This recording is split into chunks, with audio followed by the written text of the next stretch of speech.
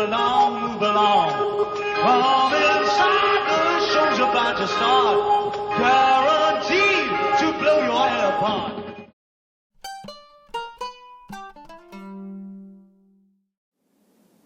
Hi guys, this is Ben from Ben's RPG Pile, and today we're going to show you how to make a D&D cannibal clan. Basically, they've been going through the forest, and these guys are getting exhausted. And so they're going to come apart to a part of the forest called the Graul. And I'm going to pan up here just so you can see it. There it is. So this is the Graul right here. Okay, and the Graul is it's a legendary part of Winterbow Forest, some of the oldest trees in the entire forest, and there's a family there called the Granny Mammy Graul. It's her family, and there's this, they got real greedy, and they took this tree sap from the oldest trees in the forest, but they wanted it all, so they butchered those trees, and it left this open patch in the middle of the forest called, appropriately called the Graul.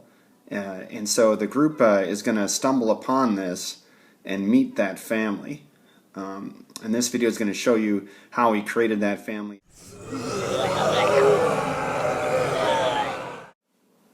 So our first cast of characters here is Granny Mammy Graul herself. Remember, there's a by day and by night because the family's cursed. So by day, she's this frail little farm woman here, and that's a Reaper mini painted by Cat Out of Fish. But at night, with her curse, she turns into this cannibal blob person, and that's a HorrorClix mini. Okay, now let's meet Pappy, her husband, right? So here he is. All right, and then by day, look at that, he's just a simple old folk. That's a Woodland Scenics mini that I rebased. By night, oh no, he turns into a butcher. And that's another HorrorClix mini. Let's meet Mammy's trusted companion. By day, it's a little Hercules miniature. By night, turns into that ugly thing. And here's Hercules' card right there. Okay, so there's our before and after of our dog, Hercules the Hound. Alright, let's go to our next one. Next one, we're going to have the two brothers, Edel and Metal, by day. They're twin brothers by night. Here's their card right there. Okay, there you go. Pathfinder First Hero Battles. It's a Human Ranger Mage Knight rebased minis on the right there. The Brothers Grimm, I call those two. Okay, take those guys off. Next we have, let's do the farmhand. It's going to be Bo. There's Bo by day, classic Wizards of the Coast mini. By night, super cool rebased Mage Knight miniature. It's one of my favorites. You guys, the detail on it's outstanding. Great paint job too. Okay, so that's Bo. So Bo, he's pretty rough at night. Okay. Next we'll do let's do Corky. Okay, Corky is he's dead. Remember, he's in that tomb. By day. By night, Corky rises. Jeez, where did I put Corky? Oh, here's Corky. So there's Corky at night. He rises to that Mage Knight rebased right there. Neat badass. Okay, so that's Corky. And lastly, we're going to do the grandchildren. Granny Mammy Graul, she had a lot of grandchildren, but unfortunately, she didn't like kids. I'm only going to show one here. She doesn't like kids, so she pretty much ate all her kids, all her grandkids, and she took their skin. This gets a little gruesome, sorry, but a little D&D flavor. She took the insides of her kids, and then she kept the skin to make scarecrows out of them. So at night they arise up and they get food for Granny because they still love their grandmother. So they travel the forest and find any human travelers, and they capture them, and they so that Granny's the rest of the relatives can cook them up. So this is a Dreamblade miniature on the left, and then that's a Wizards of the Coast Scarecrow on the right.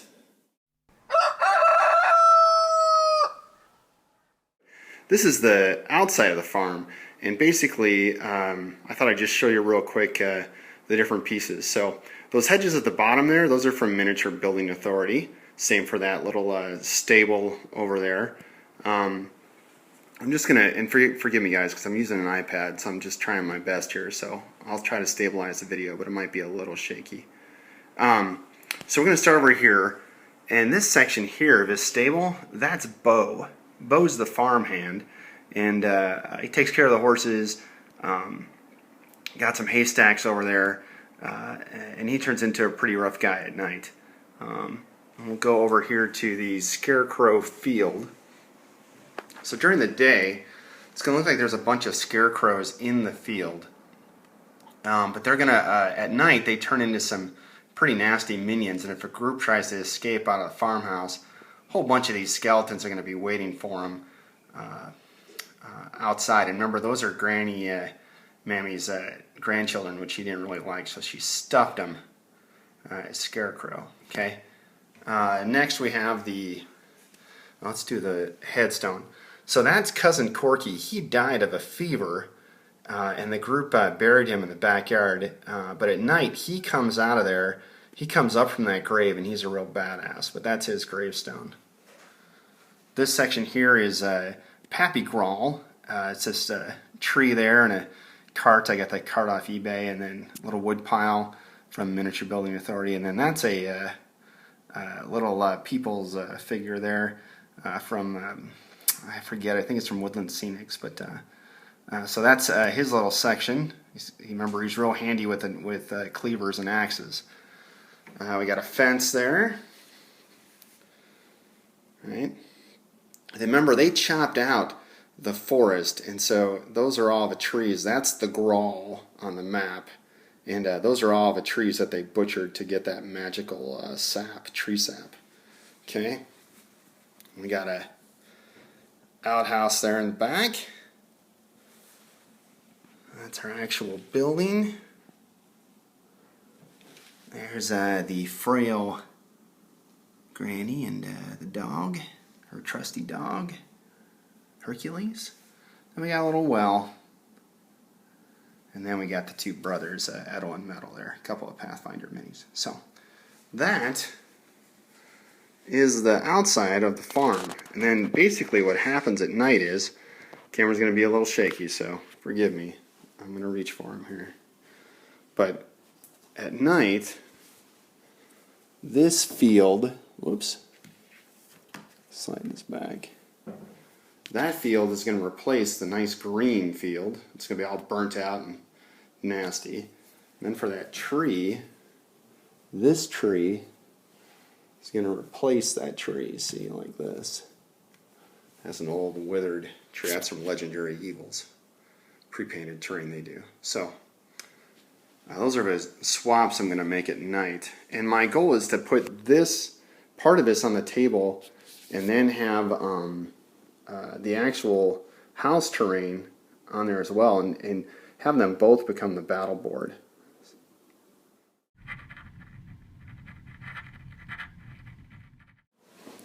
So now let's talk about the journal. If you guys have been following bensrpgpile.com, several posts ago we introduced a new item that Bookman, our wizard, came up with, and he, in the House of Books, while they were in Thunderspire, he found this, because he did this great role-playing, he found this Winter Bolt journal. And he did it so brilliantly in terms of how I played it that I just decided I had to, on the fly, I said, yeah, you find a journal, you find this old book.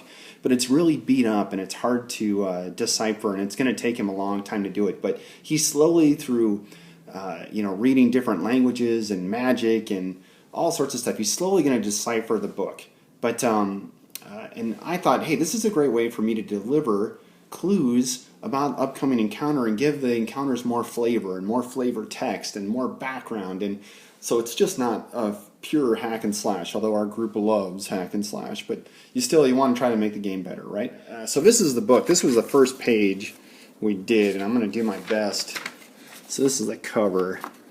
Move this out of the way here. So we made this cover, right? And then there's the inside, and this was the Guliwag cave, and they had to find some mushrooms, and there's an archer that the group is going to have to try to find, and he's turns out going to be trying to kill him, and so see, these are all little facts and stuff, and we made certain words hard to read and all that. But see, now I have a new encounter, so I made a new journal page, and it's going to fit right in this binding here, and I'll eventually make a full book. It's kind of our little fun way to make a little D&D book, you know. But so this is the current page right here. Okay, and there's a fun thing with this. So, see, there it is, warning them about the Graul. I'm going to use my little laser pointer here. There, warning them about the Graul. Notice how it's in the shape of a skull. Right, be wary of the Graul and its deadly dark night sky. So it gives them little hints, and the wizard's going to figure some of the stuff out during the encounter. There's the little family portrait. Talks about how the trees all went away, all that good stuff.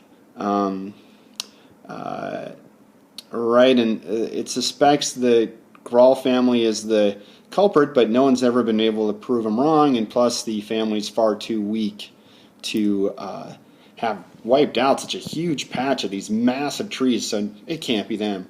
Right, but notice there's a tear in the journal. And right before the encounter goes south, Bookman the Wizard, he's gonna find this page ripped off, but just farther back in the journal, stuck to another page. Think of Friends and Rachel with her shepherd's pie recipe, or whatever that was. But see, there's the ripped page, and I'm gonna hand this to the wizard right when things go sour. And see, now it warns them, hey, the family's cursed. They're cannibals. They've been killing people left and right. Get the hell out of there. And so that's the journal page that we made for the Graul family encounter. But pretty neat, huh? Sorry, I don't mean to shake. But hey, that's how you can do a new journal page for this encounter, and I hope you like it. I'll post all the stuff so you can read it all on the blog.